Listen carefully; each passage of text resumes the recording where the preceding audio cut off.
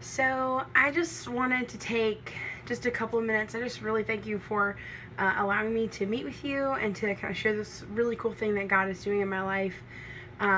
But before I kind of tell you about the opportunity, I would love to kind of share my story about why I am where I am.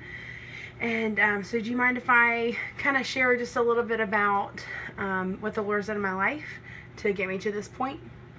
Well, thank you so much. So when I grew up in the church as a kid, I just remember kind of making a child's profession of faith. I understood, basic information about Jesus, but for the most part, I really just did it because most of my friends in church were, going to the front. They were getting baptized, and I really wanted to also join that really prestigious group to get in the pool at the front of the church. And so it was really cool that I made that profession. My parents were in church, and then I realized, though, as I started growing up, I was definitely not on board.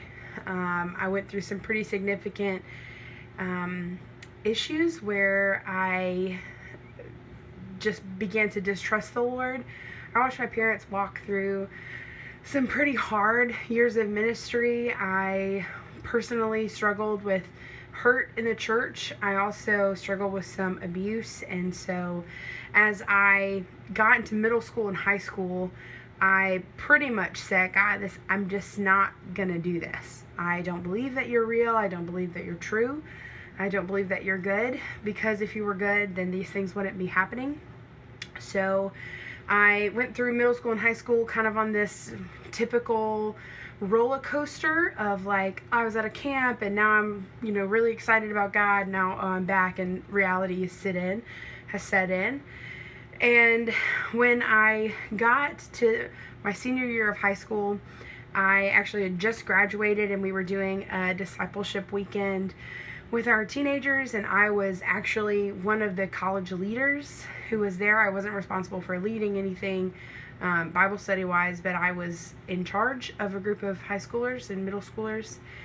And I remember I was doing the good leader thing where I went Sunday morning and I was reading my Bible, sitting at this kitchen island, and this reality just fell on me where I had this realization like, oh my gosh, I'm not a Christian. I'm not a believer. I am playing this game. I'm a leader in my youth group. I'm singing in the praise band. I am just pretty much doing everything, but actually I don't believe in Jesus. And so this reality hit me, and I just began to weep and say, God, I know that you're real. I know I want this to be real in my life. And sitting in the kitchen island, I gave my heart to the Lord and began really trying to walk with him, not perfectly at all, but I hit early college, and as I was just kind of figuring out this, what am I going to do with my life? How am I going to use my life for the Lord? My family had pretty much always had, my parents had this open door policy with pretty much any teenager that needed a place to stay was allowed to stay at our house. They just took them in. And it came down to a girl named Brittany, who she was one of my best friends, but she pretty much lived in our house for about 2 years, where I just remember she wouldn't even move to the couch. I had a couch in my room, and she slept on the floor for literally the first 6 months because she didn't want us to think that she was actually staying at our house like almost every day of the week.